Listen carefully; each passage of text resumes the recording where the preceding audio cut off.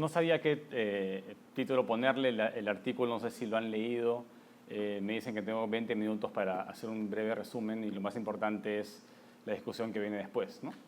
Entonces, el artículo se titula ¿Qué existe?, ¿no? Pero la conferencia se titula algo así como los orígenes filosóficos del materialismo científico, ¿no? Entonces, lo que yo intentaba hacer con el artículo es hacer un recuento de la filosofía materialista, ¿no? De sus orígenes, y ver qué impacto tuvo en el desarrollo de la ciencia moderna, ¿no? Entonces, bueno, para eso el título tiene palabras como ciencia, palabras como filosofía y palabras como materialismo, ¿no? ¿Qué es el materialismo? ¿Qué es la filosofía? ¿Qué es la ciencia? Entonces vamos a comenzar. Yo sé que acá todos tienen cierta base filosófica, pero igual no está de más, ¿no?, estar de acuerdo en los términos. Por lo menos puede ser que no estén de acuerdo en mi definición de filosofía también, ¿no? Pero la podríamos definir como un campo del estudio que incluye diversos subcampos como la estética, la epistemología, la ética, la lógica, la metafísica. Hay otros campos que ya la filosofía no tiene o que ha perdido, como la física, por ejemplo, que ya prácticamente no hay filosofía de la física, ¿no? Ahora la física es una disciplina plenamente científica, ¿no? En otras palabras, ningún físico buscaría en la física de Aristóteles para encontrar alguna verdad. No hay nada que la física de Aristóteles pueda decir en términos del mundo físico de acuerdo a la física actual, ¿no? Por eso que simplemente ni la revisan cuando se estudia física. El objetivo de la filosofía es llegar a la verdad mediante la construcción de sistemas lógicos que puedan responder a preguntas esenciales, ¿no?, como las siguientes que tenemos. Bueno, hay un montón de preguntas filosóficas, ¿no? Hay un sinfín pero yo he puesto algunas nomás. No es posible conocer, ¿no? Es una pregunta epistemológica, no se puede conocer. ¿Qué tanto se puede conocer? ¿Se va a llegar a conocer todo o por ahí que hay algo que nunca se va a llegar a conocer? ¿Qué tan confiable es el conocimiento que tenemos, ¿no? Dentro de la filosofía clásica se pensaba que se podía llegar a la verdad, ¿no? Los científicos ya piensan que uno se puede aproximar a ella, pero nunca ningún modelo va a ser al 100%, siempre se va a intentar probar lo contrario y en eso se trata, ¿no? Entonces, la ciencia no es un método para llegar a la verdad absoluta, sino para llegar a modelos que no han podido ser probados falsos y que se mantienen a través de los años, ¿no? ¿Cuál es la naturaleza de la realidad?, ¿no? Una pregunta metafísica, ¿no?, de dónde venimos, qué hace que seamos morales, qué es el hombre, qué existe, ¿no? Entonces, yo me he centrado en responder esa pregunta desde el punto de vista de los filósofos materialistas y también vamos a comentar sobre unos filósofos dualistas para ver cuál es la diferencia, ¿no? Entonces, la respuesta dependerá de la epistemología que uno utilice, ¿no? Sobre todo en esta última pregunta, ¿no? ¿Qué es la ciencia? Es un método para construir modelos de la realidad. Para hacer ya algo llamado científico, tiene que utilizar una metodología de investigación basada en lo empírico y en la medición, ¿no? O sea, es medir lo empírico. Si no estás midiendo lo empírico, entonces no haces ciencia, ¿no? Es sujeto siempre a principios de pruebas lógicas, ¿no? Principios que también están en la filosofía. La filosofía también utiliza digamos, como el principio de la no contradicción, ¿no?, para medir la validez de un argumento. Entonces, la ciencia también va a utilizar esos principios filosóficos, pero añade la necesidad de la experimentación y de la medición, ¿no? El siguiente diapositiva. Entonces, el materialismo, en torno al materialismo podemos tener algunas preguntas, ¿no? ¿Cuál es el origen del pensamiento materialista, ¿no? ¿Cuándo comenzó esta manera de pensar, ¿no? Si es prefilosófica, ¿no? Cómo surge y evoluciona la filosofía materialista, eso también vamos a ver brevemente. Y también al final vamos a contestar qué papel jugó el materialismo filosófico en el advenimiento de la ciencia moderna. Entonces acá hay una evolución del pensamiento materialista. En una primera etapa se da el materialismo sensorial. Probablemente muchos animales sean materialistas sensoriales. O sea, ¿qué quiere decir? Los animales asumen que la realidad existe y se comportan como si existiera y no requieren ninguna filosofía para probarlo. Simplemente el hecho que uno pueda reaccionar ante el mundo y el mundo pueda reaccionar de vuelta hace que hayan estrategias mejores que otras, ¿no? Probablemente en la era paleolítica muchos eran materialistas sensoriales, asumían que las cosas materiales existían porque era conveniente y punto, ¿no? Y la explicación para algo, por ejemplo, la explicación para que algo material se mueva por sí solo era algo incomprensible, ¿no? Y surge el animismo como respuesta a un materialismo sensorial insuficiente, ¿no? El animismo es, como no puedo explicar qué sucede con los objetos animados, asumo que tienen alma y que esa alma los mueve, ¿no? Después se nace una etapa del materialismo filosófico que comienza con los 7 sabios en Grecia, con Tales de Mileto probablemente. que también propone una filosofía materialista, ¿no? Y ahí después también surgirá la filosofía dualista y también la mitología, ¿no? A partir de los estados teocráticos surgen las grandes mitologías. Y de ahí una última etapa donde ya a partir pues, de 1600 ya surge el método científico, como lo conocemos actualmente, ¿no? Probablemente con Galileo, y se da un materialismo científico, ya no filosófico, no, básicamente científico. Y la reacción al materialismo científico serían las pseudociencias, ¿no? que incluyen algunos dualismos o algunas otras maneras de ver el mundo que a veces dicen ser científicas pero que no lo son, ¿no? Entonces hay sistemas de explicación, yo los he dividido en tres, en el sistemas de explicación teocráticas que surgen con los estados teocráticos, con la agricultura básicamente, ¿no? Y después tenemos el origen de la filosofía con Tales de Mileto, hace 2600 años. Y después la tercera gran ola de sistemas de explicación sería la explicación científica, que comienza ya con Galileo a partir de 1600, en 1610, ¿no? Esto, por ejemplo, son unos escritos de 1610 de Galileo Galilei, donde, si ven en la parte inferior, ahí ven que él viene utilizando el telescopio de la época, que él lo descubre como un juguete para espiar al vecino, le llaman ojo de espía holandés, ¿no? Y él servía para aumentar la imagen, él descompone el telescopio, va a Murano, él mismo fabrica los espejos más claros y perfecciona este invento y hace prácticamente el primer telescopio, comienza a apuntar no al vecino, sino al cielo, a las estrellas, ¿no? Y comienza a seguir, se da cuenta que en Júpiter tenía 4 puntitos que iban dando vueltas conforme pasaban los días, estas son unas anotaciones, ¿no? Y ahí se dio cuenta pues, que no todo giraba alrededor de la Tierra, como se pensaba en ese entonces, ¿no? A ver, siguiente. Entonces, hay unos filósofos presocráticos, que son básicamente jonios, que me interesaría recalcar, no tengo tiempo para hablar de todos ellos, pero el primero fue Tales de Mileto. Muchos se le llaman filósofos de la naturaleza, ¿no? Porque eran muchos de ellos materialistas, los primeros, ¿no? Con Tales de Mileto, que el principio fundamental era el agua, o sea que todo provenía del agua y de ahí se iba secando y aparecían los continentes, ¿no? Había una explicación natural, ¿no? Tales remueve la necesidad de un creador y dice, no, esto sucedió no porque haya sido creado por un Dios, sino por un proceso natural, ¿no? Eso fue el nacimiento de la filosofía prácticamente, ¿no? Y de ahí sus seguidores, Anaximandro y de ahí Axímenes, ¿no? Y ambos tenían dos explicaciones contrapuestas. Una era la rarefracción, que era como la materia, o una materia indefinida, se iba convirtiendo en otras cosas, ¿no? Digamos, si tú calientas algo, de ahí lo puedes derretir y se lo derrites, de ahí se evapora, ¿no? Entonces hay un cambio a partir de una materia que tiene que haber sido única, tiene que haber sido indefinida tal vez, pero sí, por el proceso de rarefacción se va complejizando, ¿no?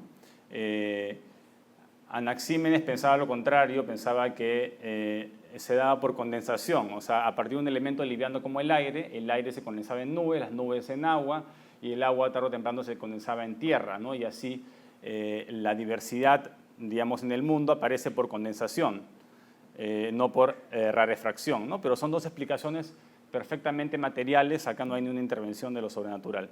Tenemos también pensadores como Heráclito, que pensaba que el principio era el fuego, ¿no? Él tiene esta famosa frase, uno no se baña en el mismo río 2 veces, ¿no? Todo fluye. Pitágoras, él es hasta cierto punto a un tipo de dualismo, porque Pitágoras veía en los números las propiedades reales y absolutas de la naturaleza, y pensaba que la naturaleza era el lenguaje matemático, ¿no? Y que uno para descubrir las cosas tenía que sumergirse en sí mismo y hacer operaciones matemáticas, ¿no? No era necesario observar la naturaleza, no era antiempirista. Y parece que nunca existió además, ¿no? Ahora no sé, acá hay unos historiadores, ¿no? Pero se ha cuestionado la historicidad de Pitágoras, un personaje que vivía en una cueva, ¿no? Del cual ha sobrevivido la escuela pitagórica, y ya hay evidencia de algunos pitagóricos, pero no de Pitágoras en sí mismo, parece haber sido un personaje que puede ser que no haya existido.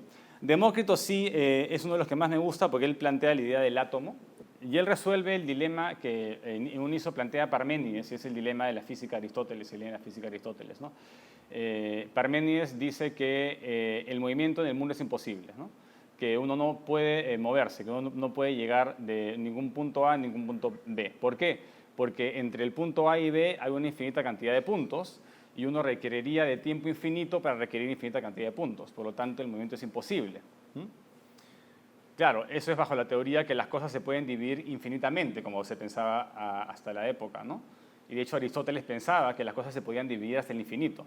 Pero si las cosas no se dividen hasta el infinito, si no hay un límite en la división, entonces una distancia A, B pasa a ser finita, ¿no? ¿Por qué? Porque recorres una finita cantidad de átomos, ¿no? Entonces, Demócrito resuelve el tema del movimiento de una manera distinta a la que le haría Aristóteles, ¿no? Que él diría que el movimiento se da por el paso de la potencia al acto, ¿no?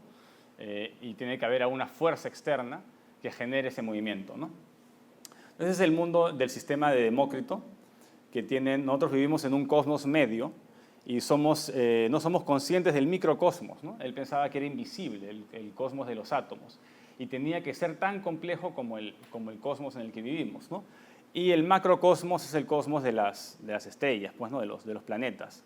Y tampoco formamos parte de esa realidad, ¿no? Somos muy pequeños para el macrocosmos y muy grandes para el microcosmos, ¿no? Entonces, eso es interesante, ¿no? Cómo tenemos a esta idea de Demócrito, que al final encaja bastante bien con la ciencia moderna, ¿no? Él imaginaba los estados de materia como estados en los átomos, ¿no? Pensaba que los átomos se tenían que enganchar de alguna manera y formar estructuras duras, impenetrables, como una pared. Y si se calientan y tienes un líquido, por ejemplo, cuando derrites el hielo, el líquido, lo que él pensaba que sucedía es que esos átomos rodaban unos encima de otros, ¿no? Como pelotas de béisbol, cuando las sueltas así varias pelotas y se ruedan. Entonces él se estaba imaginando algo que se sabe que ahora es cierto, ¿no? Que los átomos rodean de esa manera y por eso que se comportan como un líquido. Y ahí en estado gaseoso él se imaginó que era porque los átomos se golpeaban unos a otros, ¿no? Y ocupaban mucho espacio, tal vez estaban muy excitados, ¿no? Y ahora se sabe que esa es la diferencia fundamental entre los cambios de la materia, la temperatura, que tiene que ver con el estado de vibración de esos átomos, ¿no? Bueno, Aristarco ya es un poco posterior, pero lo interesante es que él es el primero de que se sabe que plantea el modelo heliocéntrico, ¿no? O sea, con el Sol al centro en vez de la Tierra al centro, que es el geocéntrico popular, ¿no? Aristarco fue el primero que se dio cuenta que las estrellas que uno veía en la noche en realidad eran soles distantes, ¿no? Pero que estaban tan lejos que la luz con las justas llegaba, ¿no? Entonces se imaginó a un universo mucho más grande del que cualquiera se había podido imaginar para la época, ¿no? Entonces es interesante este texto es el único que yo sepa que haya sobrevivido de Aristarco y lo encontraron en unos cánticos del siglo X, ¿no? Escritos en latín. Resulta que estaban revisando estos cánticos escritos en latín y uno se dio cuenta que había una letra griega que sobresalía y hizo, ¿y esto de acá? ¿No? Griego en esta época no corresponde, ¿no? Entonces le pasaron por rayos X y resulta que habían reciclado el texto de Aristarco, ¿no? Entonces es interesante, acá Aristarco calcula los tamaños del Sol, la Tierra y la Luna, ¿no? La Luna orbitando a la Tierra orbitando al Sol, ¿no? Entonces es interesante. Y al parecer Nicolás Copérnico, el cura polaco, que fue uno de los que plantea pues, aparentemente por primera vez la idea del modelo heliocéntrico, él parece, según Carl Sagan, no sé, no he revisado, no he podido encontrar las fuentes, pero al parecer Copérnico lee pues, a una cita de Aristarco y remueve la cita antes de la publicación, ¿no? Vamos a ver, tengo que investigar un poco más el asunto, pero ese es el modelo de Aristarco, como hemos visto, que es el modelo actual. Ya, y con esto, no sé si todavía tengo unos minutos, ¿sí? Acá yo he seleccionado algunos personajes que considero importante para la evolución del dualismo y el materialismo. Pitágoras plantea la importancia de entender el mundo a través de los números, ¿no? Y piensa que los números son más reales que las cosas. O sea, lo real es el triángulo equilátero, lo real es el cubo. Y a través de eso uno podría llegar a una afirmación, como lo hizo Parménides, de que el movimiento no existe, ¿no? Como hay infinita cantidad de puntos entre A y B y uno no puede recorrer esa cantidad en un tiempo finito, por lo tanto el movimiento no puede existir. Solamente hay un todo universal que no se mueve. Y el que vemos cosas distintas es una ilusión, tiene que ser una ilusión. Entonces, no puede dar ciencia de la ilusión, es una ruta estéril para la ciencia, si se quiere, ¿no? Y Demócrito, como expliqué, soluciona el problema del movimiento de Parménides, ¿no? Y la respuesta de Platón a Parménides es crear el mundo de las ideas, ¿no? El mundo de las ideas de Platón, ¿no? Donde lo real son las ideas y el mundo en el que vivimos es un mundo ilusorio, ¿no? Donde las cosas están incompletas, ¿no? Donde en el fondo es un dualismo, ¿ya? Pero también podría ser considerado Platón hasta cierto punto monista, porque solamente existía el mundo de las ideas y el resto es un pálido reflejo de las ideas, ¿no? Pero igual es una ruta interesante. Y bueno, Descartes, ¿no? Con la filosofía ya moderna, también recaptura esta idea dualista de Platón, ¿no? Y para abajo tenemos el dualismo, perdón, la evolución del materialismo con Demócrito a Galileo. Galileo también creía en los átomos, Newton hablaba de los átomos también. Y finalmente Thomson es el primero que encuentra evidencia experimental de la existencia de estos átomos, ¿no? Él descubre, él tiene el famoso modelo del pi, ¿no? Él pensaba que, dado que la materia, normalmente las partículas que se irradian hacia la materia pasan a través, si son partículas neutras, y de vez en cuando rebotan, por ahí que es como un pie con pasas, ¿no? Donde rebotan únicamente en las pasas, ¿no? Pero de ahí Bohr mejora el modelo Thomson, diciendo, no, debe ser como un sistema solar en miniatura. Debe ser así, ¿no? Y eso explica una serie de fenómenos y ahí se tiene la estructura digamos, del modelo de Bohr del átomo, prácticamente no ha cambiado el mundo actual. Acá tengo un dualismo comparado y abajo pongo a Demócrito. Entonces en Aristóteles tienes tres tipos de alma. No sé si los que hayan leído el Tratado del Alma de Aristóteles, hay un poco de eso, ¿no? El alma. Entonces el alma es lo que hace que algo tenga vida, ¿no? Entonces hay tres tipos de alma. El alma más simple es el alma vegetativa, que hace que las plantas puedan crecer y respirar. De ahí el alma sensitiva es el alma que tienen los animales, porque pueden procesar información sensorial, ¿no? Y de ahí el alma superior es el alma racional, el alma que únicamente tiene el hombre, que tiene todos los poderes del alma vegetativa y sensitiva, pero además tiene la capacidad de ser racional, y eso gracias al intelecto agente. Ahí no voy a entrar en detalles, pero el intelecto agente hace posible que uno pueda conocer, ¿no? Y esos intelectos agente y paciente son fundamentales y únicamente estarían presentes en el hombre. En Descartes, tenemos que Descartes divide al mundo, digamos, mecanicista y le quita el alma, digamos, a los vegetales y le quita el alma a los animales. Descartes dice, no, son meros mecanismos. Acá no tenemos que introducir ningún alma, simplemente, y comenzó a estudiar la relación entre los músculos y cómo reaccionaban los cuerpos en una época donde no se podía era complicado experimentar con cadáveres, ¿no? Y llega a la conclusión de que lo único, o sea, el alma únicamente queda para el hombre, nada más, ¿no? ¿Por qué?